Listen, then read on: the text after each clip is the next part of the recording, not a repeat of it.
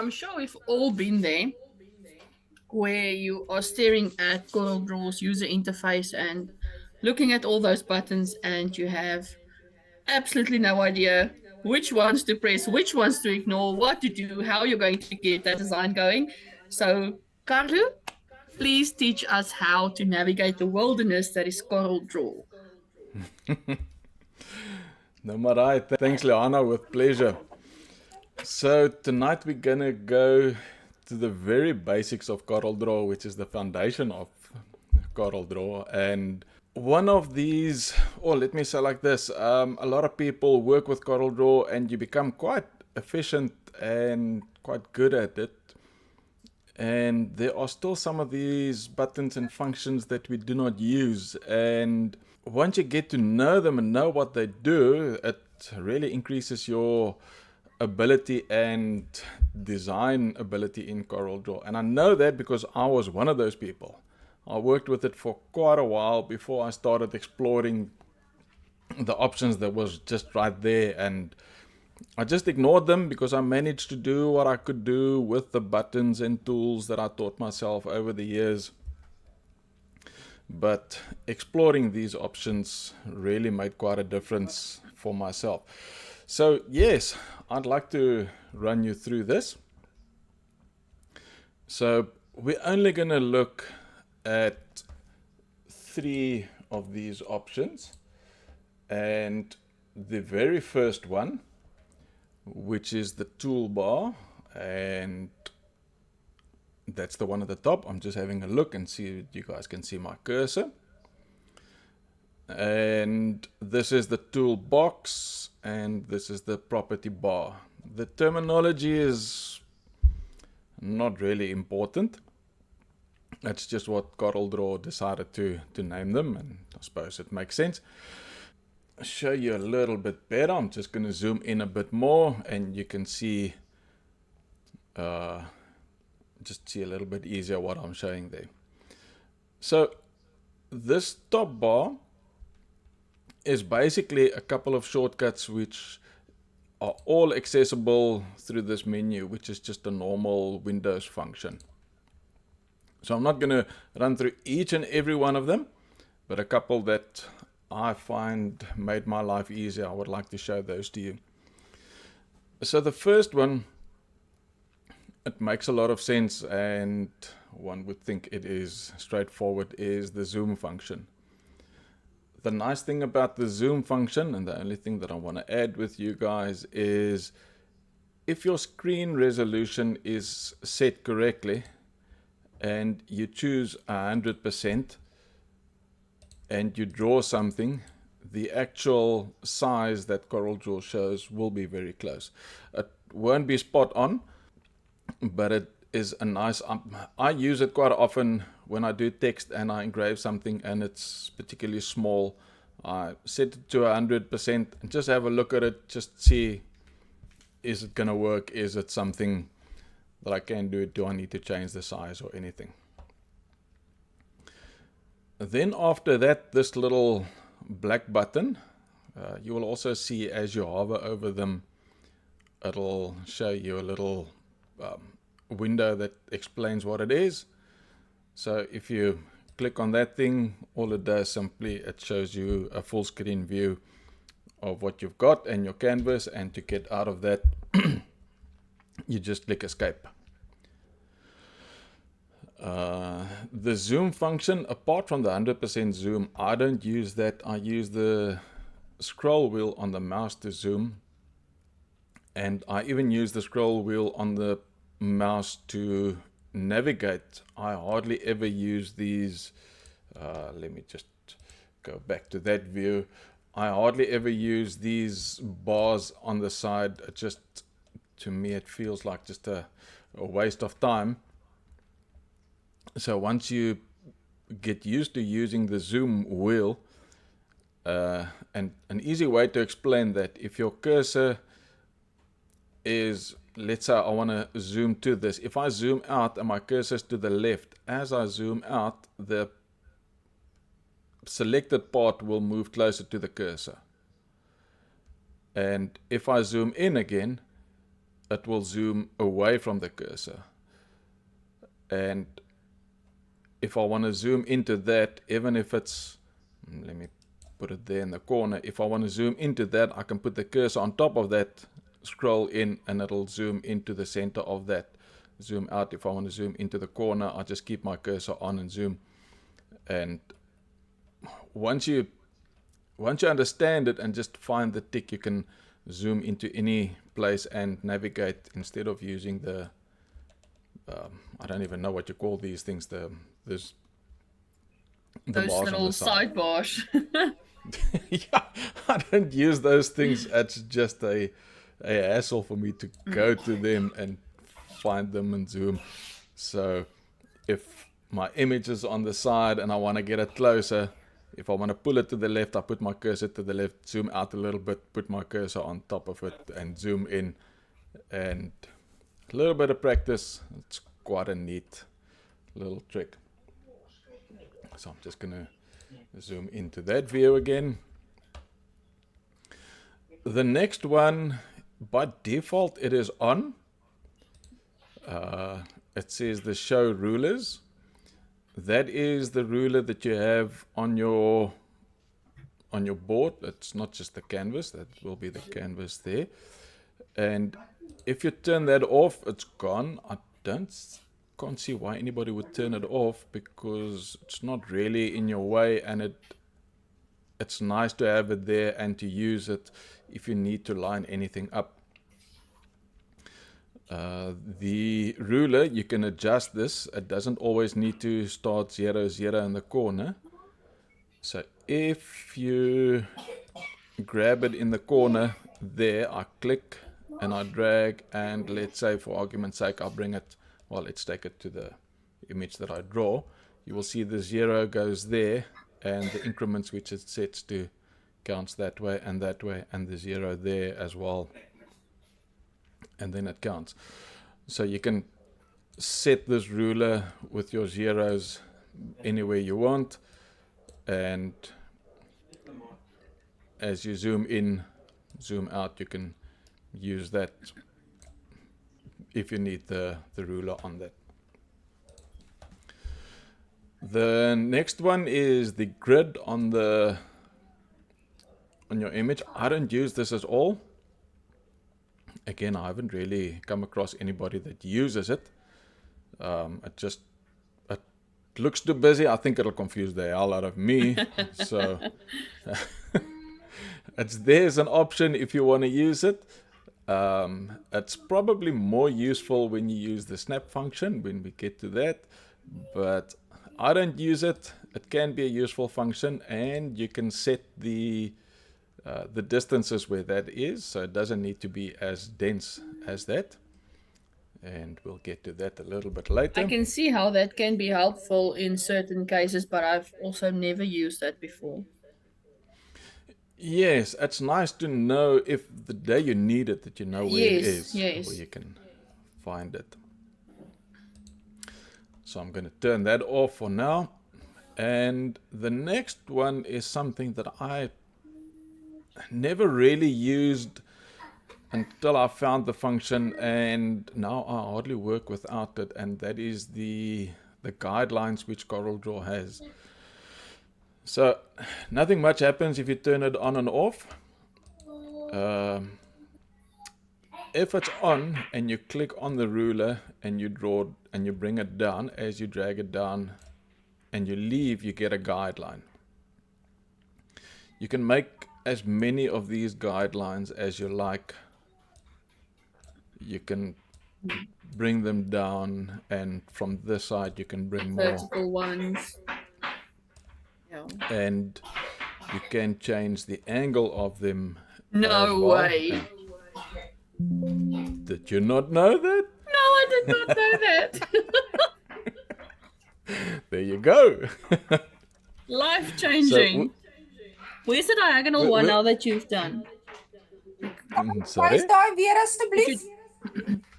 Just do the diagonal one. We can't. So if you select the guideline, and this is the property bar, which it turns red when you select it. so you know Yes. it's selected. Yeah. So once it's selected, you can go to the rotation box and you can put in 20 degrees and it'll put your guideline on an angle whatever you need it, which is really such a nice function. So if you need something which is at an angle of 20 degrees of whatever, and you've got a little box there, let's say you want a line, you need a line there that is 20 degrees, you can use that, bring it down, put it there, and you can draw your line on the guideline. There's so many features and functions you can do. Amazing. These if lines I won't. Now, Yes, if I Liana? want to, if I need like a 45-degree angle to get my spacing and everything right, because I use guidelines a lot, then I'll just draw a square and then do a straight line going through the square. So never doing that again. Now that is Hey, fantastic. Thank you. nice, nice. So these guidelines, they won't print, they won't cut, your laser won't pick them up. These lines shouldn't go with if you save a file, so you don't need to take them away. But as a housekeeping rule, I don't, when my laser ready files, I probably just, I know it won't come up or be a problem, but I do housekeeping and I If take it's them a out of the file that way. I'm going to edit again and I'm going to need the guidelines again, instead of redrawing them, then I just go and switch off guidelines to hide the guidelines. You can't see them, but they're still there when you switch them back on again. Yes, that is the other option. So as they are drawn, you can go to the show guidelines, turn them off. They're not there. They are still there. They're just not visible. So you can see my cursor still picking it up. Let me just move my image there. Okay, so en dan as jy nou terugkom om weer daaraan te werk, dan gaan jou guidelines weer daar wees. It will still be Yeah. hidden, but you can then just go and switch them Okay, on then you- again and all of them will Okay. still be there. Okay, fantasties. Okay, ek het dit nie geweet nie. That is Dankie. fantastic. All right. Then the next one, which is quite a nice feature of CorelDRAW, which some of the other vectoring programs also have, is the snap function. So this little icon, if you put that off, then all the snapping goes off. If you put that on, you've got an option here to choose what you want your objects to snap to. So that guideline is of mine is ticked at the moment. So if that is ticked and I select this box, you'll see it'll snap to the guideline. And the options that we have there is the document grid, which is the one that we showed just now, different objects, or the page itself. So if the page itself is selected, it'll snap to the page, even though there's no line, that's just the canvas. It'll snap to that one. And I don't normally leave all of them on. Sometimes it does become a bit of a hassle of this thing snapping to everything. Yeah. So I don't have a set a number of boxes or certain amount of boxes that I've ticked here. I'm comfortable using it. I turn them on and off as I need them. They are.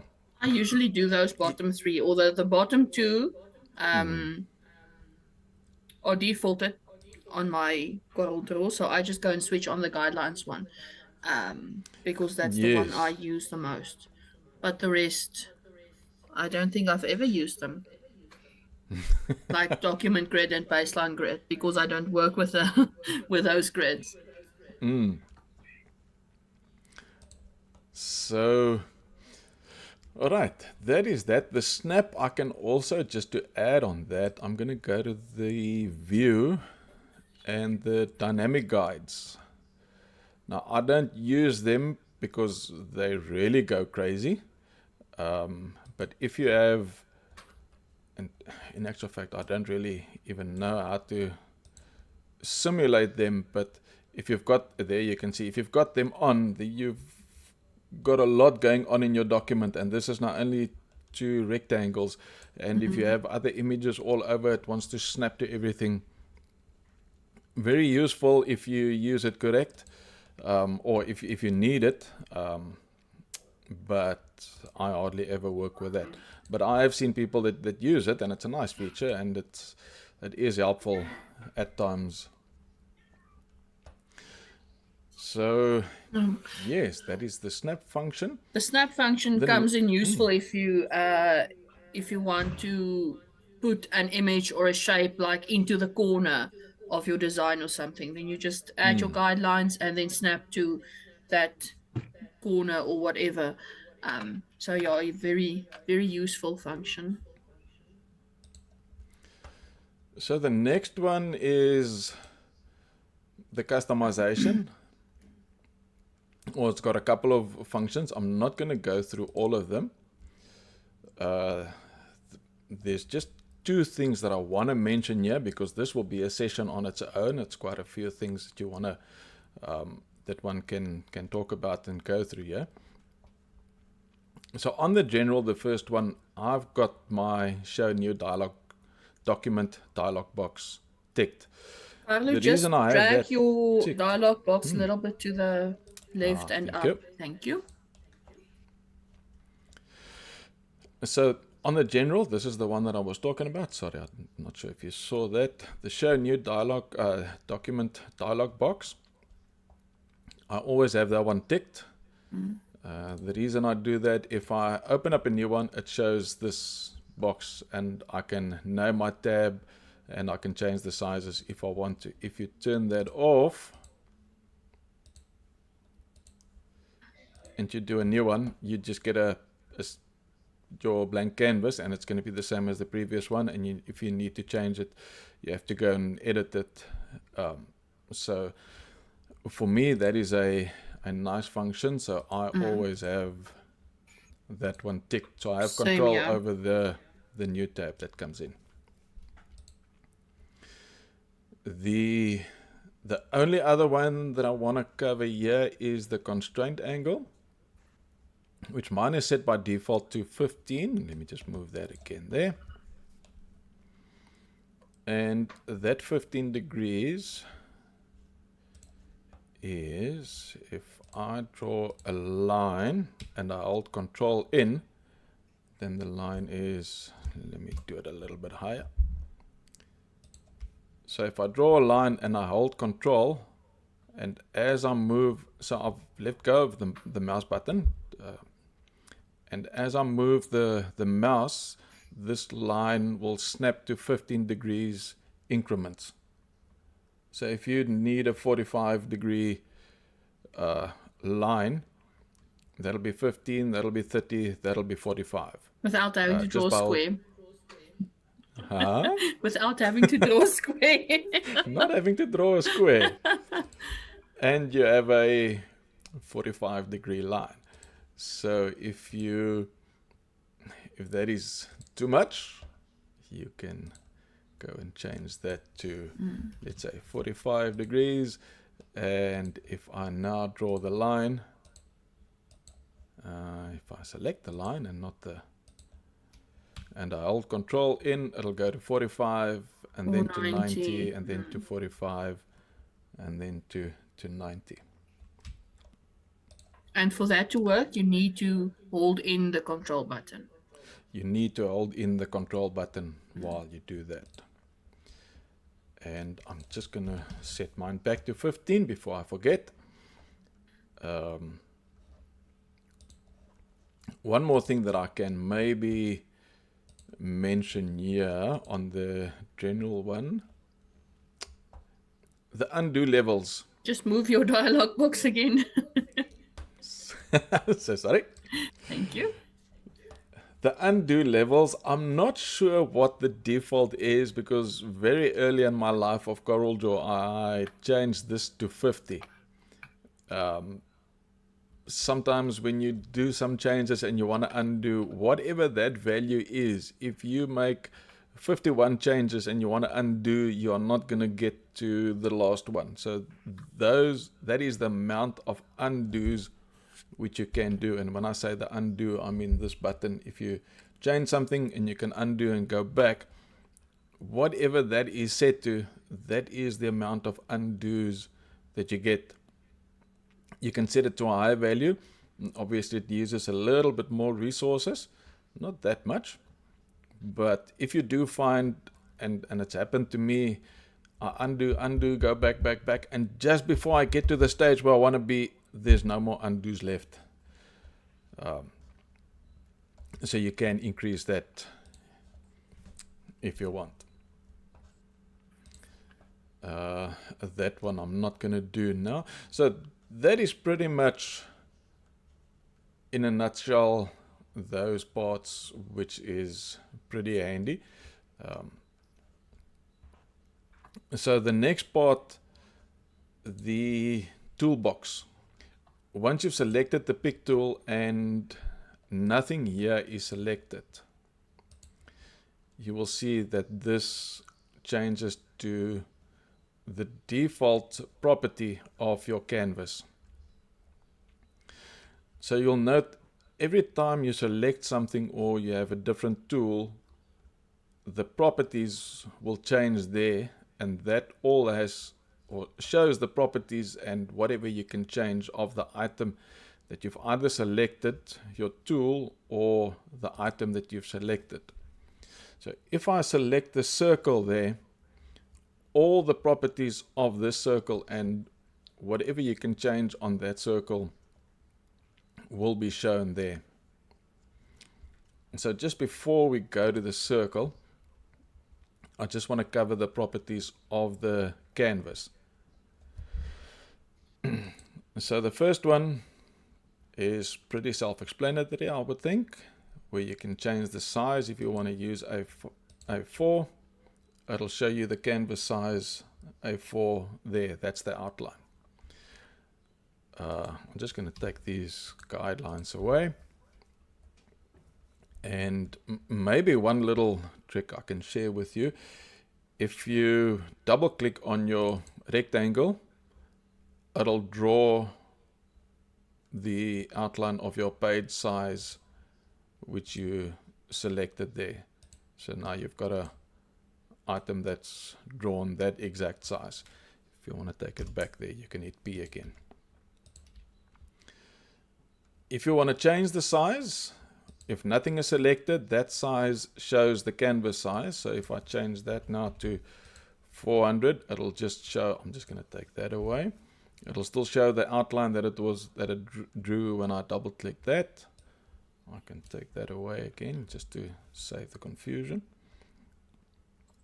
The next after that is just the orientation of your canvas. So you'll see the sizes, the width and the height will change as you flick between these two. And the next one shows you what has got to do with the pages which you can create. Now I just need to go back to this view. So at the bottom of CorelDRAW, you've got pages within the tabs which you can add. So as I add pages here, so on that page I could have a rectangle, and on that page I could have a circle, and on that one, let's call it one of those. So I'm still in the same tab there, but I've got the different pages.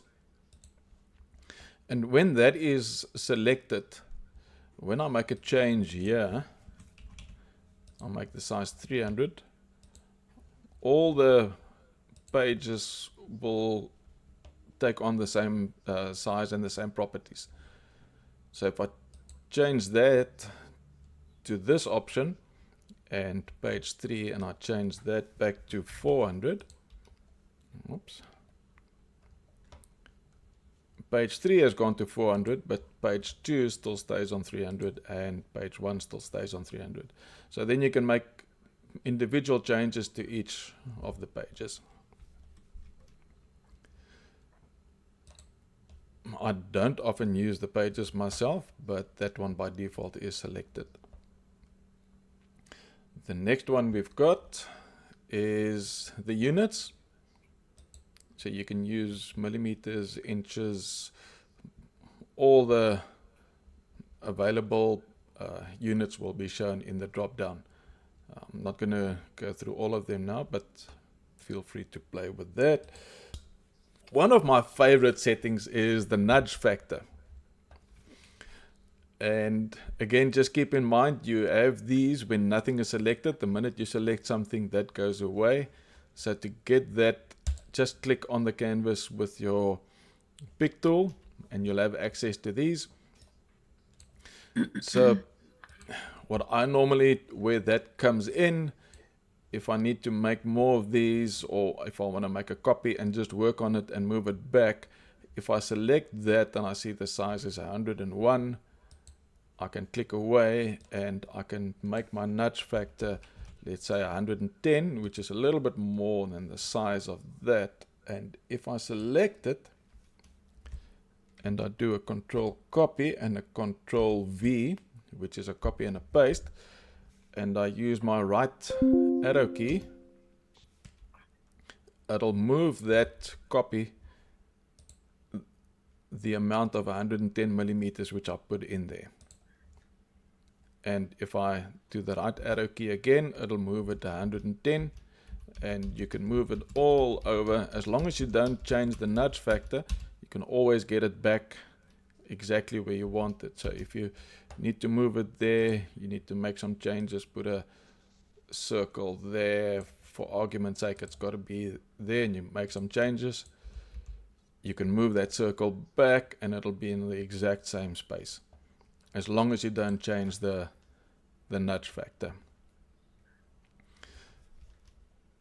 The other option right next to that, I'm just going to delete that on the canvas again, is the duplicate distance. And I've seen it, yeah, I've never used it until fairly recently. So it's very small, where it shows an X and a Y, which is the X axis and the Y axis. The distance there, the 5 millimeters, is if you make a duplicate, it's going to make a duplicate 5 millimeters away from the original. So if I change that to 110 as well, and I'm just changing the X value, which is sideways, I can select that, and to duplicate, you press Control, or you hold Control and you press D, and it'll make a duplicate 110 millimeters away, and you can press D as long as you want and it'll make duplicates for you. If you want the same duplicates downwards, you can zero that one, and let me just check what the size of that is. That's about 96. So if we say we want to duplicate that whole row, also 110 millimeters, we can select the complete row, and let me just get it there. And if I now duplicate, it's going to take the whole row. So if you need to cut 100 key rings or anything, this is a very easy way of filling up your work area with a lot of the same items. I can just add this. If you put a negative in front of that value and you select all of those and you hold Control and you push D, it'll go downwards. And the same with the other one. If you put a negative there, it'll go to the left. So it'll follow these values to the left and the right. And you can also have, you don't need to have only one value. So let me just take those away. You can have, let's call it 75 there and 75 there, and if you duplicate it now, it'll move it 75 to the right and 75 to the top. Not something I've used, but just out of interest sake. You can also use the duplicate function to duplicate, let's say, that triangle that you have there, but make all the triangles different sizes. So each one gets bigger by a certain increment as you go on and you duplicate. So from small Yes, to big or whatever you want to do. The duplicate function is something that I use quite a lot. the I'm just thinking now how to replicate that that size now. Okay. If you While you think on that, Liana, yes. one more thing that I just want to show. I've gotten lazy. I don't put in the values there. So if I want to duplicate this, I normally keep my nudge factor on 1. So it's probably not the best one for this triangle. But I keep my nudge factor at 1. I select my triangle and I right click on the node. I pull it there so that it snaps to that node. I let go, I say copy here, and that is the last time that I click. So now I just use my right nudge factor, or the right arrow key on my keyboard. So it moved 1 millimeter away, and still I haven't clicked anything. So if I now do control and duplicate, it will duplicate them all, 1 millimeter apart. and they'll all be 1 millimeter apart. And I think I just realized how to do what we discussed. Yeah, so you just resized that one. I quickly checked Yeah. it. So if I take that one there, copy there, but then I'm going to click. Well, let's see. Yeah, that will work. Or if you just change the Yeah. dimensions up there, that will also work. That I haven't seen. That was quite a surprise to myself as well. Yeah, where they flip and go the other way. So instead of going to infinite small, it'll just go to the That's negative amount again and carry on. So yeah, there's something I interesting. just learned. Yeah. Yeah, so the duplicate tool is something I use on a daily basis. I Definitely. cannot get by without that. And then the next one is something that caused me a lot of headache until I discovered it, and it really made my life so much easier. So I'm just going to make this triangle a little bit bigger and put another circle in there, and let's just put a rectangle there. So this little button was my Achilles heel for a couple of years. If that is selected and you click on the inside of the triangle is selected. And if you click on the inside of the circle is selected. But if the circle is at the back layer, let's say you drew it first and you want to click on the inside of the circle, and let's say you are zoomed in and you're working, and you click on the inside of the circle and you move, you're not moving the circle, you're moving the triangle. And ever since I figured that out, this thing forever stays off. If I could, I will delete it off my CorelDRAW. So now you got to click on the line, but it doesn't matter which line you click on and where the object is in the front or the back. You can select any object which you click on.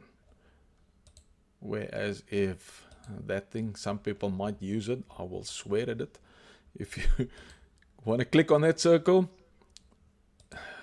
I don't think there's any way that you can select that circle unless you can get out and enclose it. And That is that's what I probably usually the do, only... but then you select some other smaller objects along with it sometimes, and it just gets. Yes.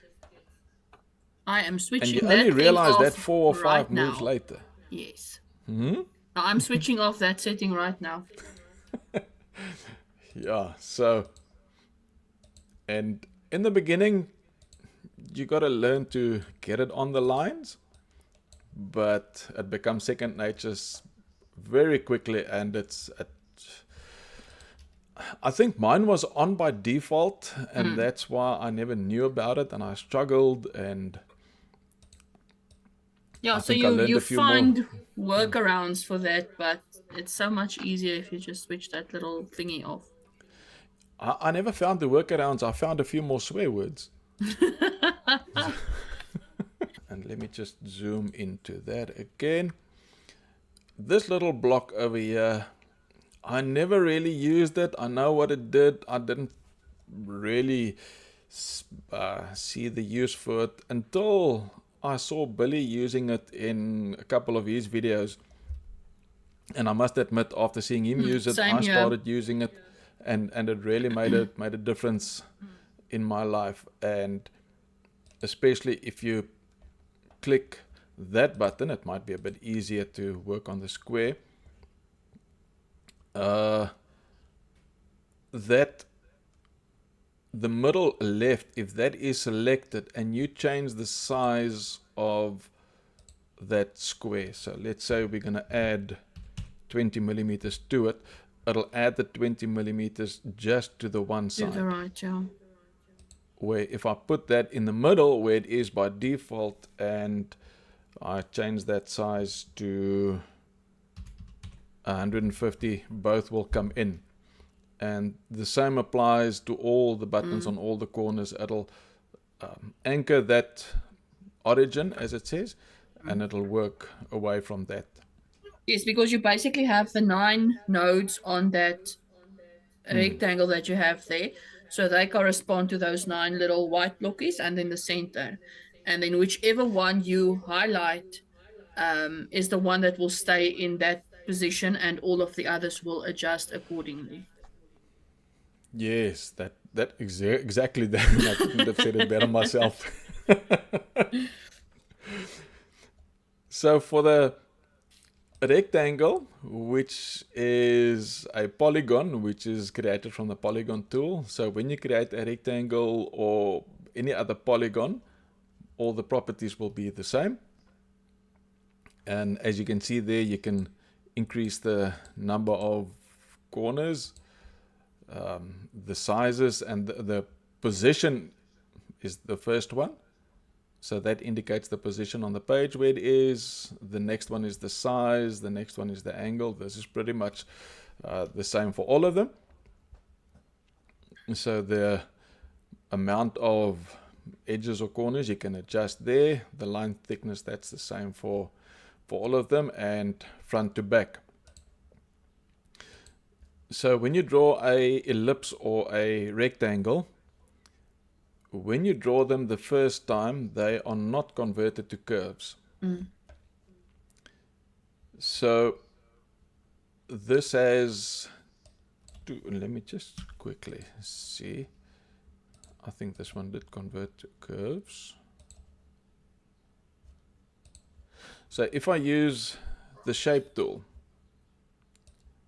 and I pull that, I can change the corners of that object, or I can use the, I don't even know what you call it, well, the corner radius The properties, I fillet guess.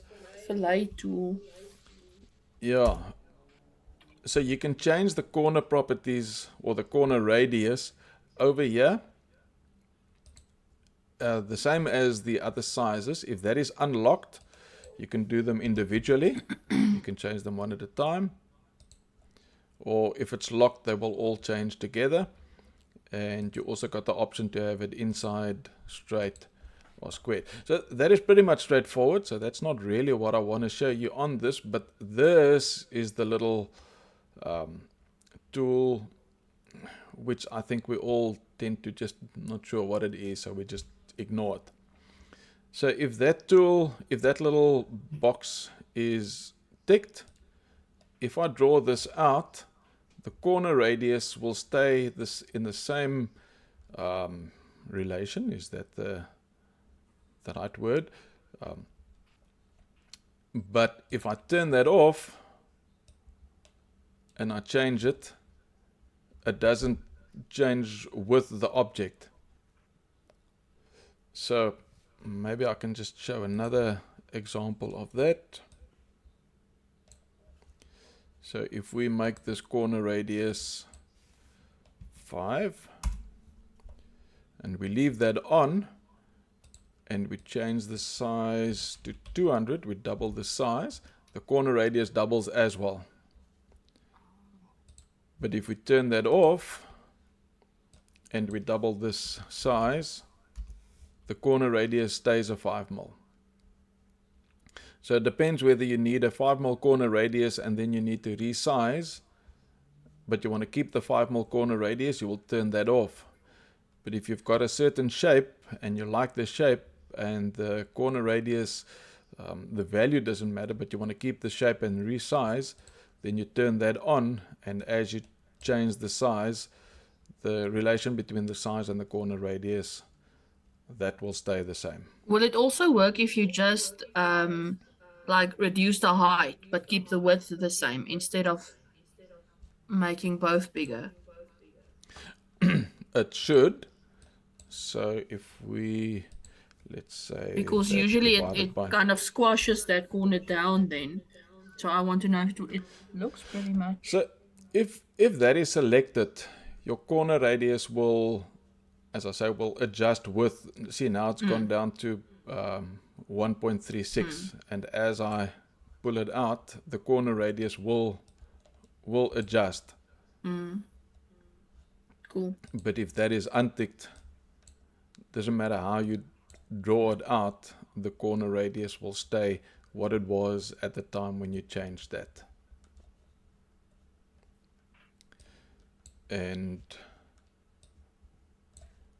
let's just get that up a little bit. So that has a corner radius now. I'm just going to zoom out a bit there, and to show you the other one, I just need to zoom out again a little bit. Here is a little tool which I also never really use because I'm so used to going to object, convert to curves. But if you see what that little icon looks like, it's a little shortcut. So whatever whatever image or text you want to convert to a curve, that image was there, that converted to a curve. And you'll also notice now, once it's a curve, it's no longer a ellipse, which is the correct terminology. The properties has changed. So now you no longer have the properties to change the corner radius. I've just undid it. So it's still an ellipse, but once I change that to a curve, the property changes. And once it's a curve, to further edit this, you will go to Windows and get the Dockers. It's not something we're going to cover tonight. That's also Billy's speciality, so I will leave that to him. I don't use that often. But he will definitely show us all the ins and outs on that. So the properties, once this is a curve and I select the shape tool, you also get different properties, and now you get to work with the nodes. So you can select your nodes, it'll select all the nodes, and you can make all the changes. Unfortunately, we really do not have the time, and I will not bore you on all of these, although it is something that once you get to use it, it's really useful. And yeah, that is pretty much it. Whatever we covered now applies to all of these and all of the shapes. And I would really encourage you to go and play with them, select the shapes, see what is there, chop and change. If you do that, you cannot break anything. I would just advise you to be careful when you change the customization or change anything here. I've seen quite a few people having problems with that, and that changes your tools. But apart from those, play with the properties, don't be scared, see what it does.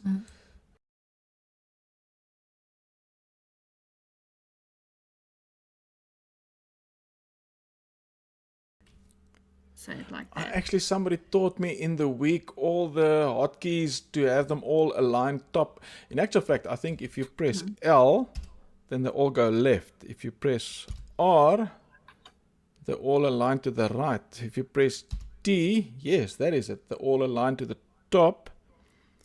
And B, it all aligns to the bottom. I'm just not sure if there's a center, although then I go to the Interesting. Docker and I align them. And something to remember with these alignments, they normally align with the last selected object. So I'm just going to take that out. So let's copy that one, duplicate a few. So if you select them all, it's difficult to say to which one it's going to align. You don't know which one is selected last. But if you hold on to that one, and let's say we want to align to the blue one, I'll click that one, hold shift, click that, and click the Well, then blue you do one that one last. last. And if you Press then the align, C button. or Wow. sorry, quickly, you say press the P button. C.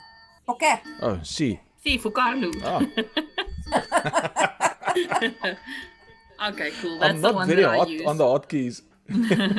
Yes, I use C and P. I use a lot. Something else that I accidentally figured out now while we were trying to find Anna Mary's trick.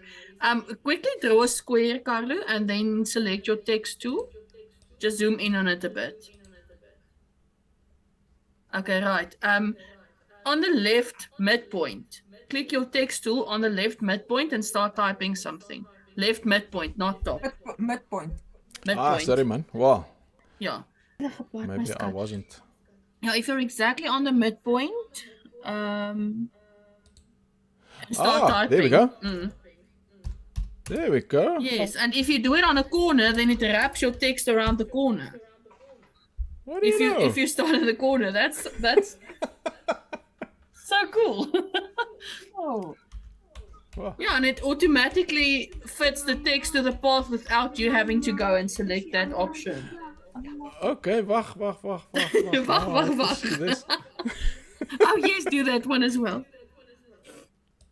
That was by accident now, but I think it's quite useful. But now, if I... Yeah, I can Yes, just... exactly. Anywhere on the edge, and it just... Nice. Wow. I used to go and type the Interesting. text and then I would go, yes, Yes, like it. you go to text and then fit text to object to path or something. Yeah.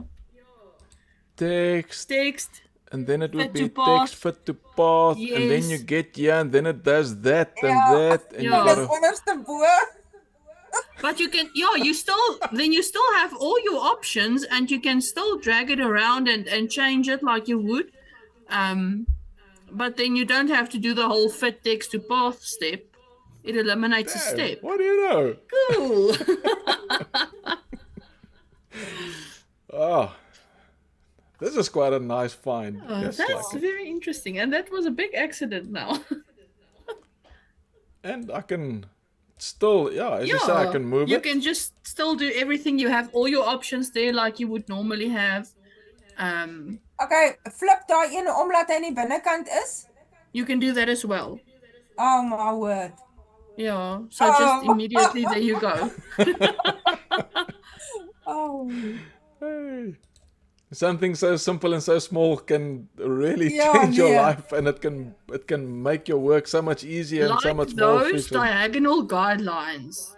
My life has been changed.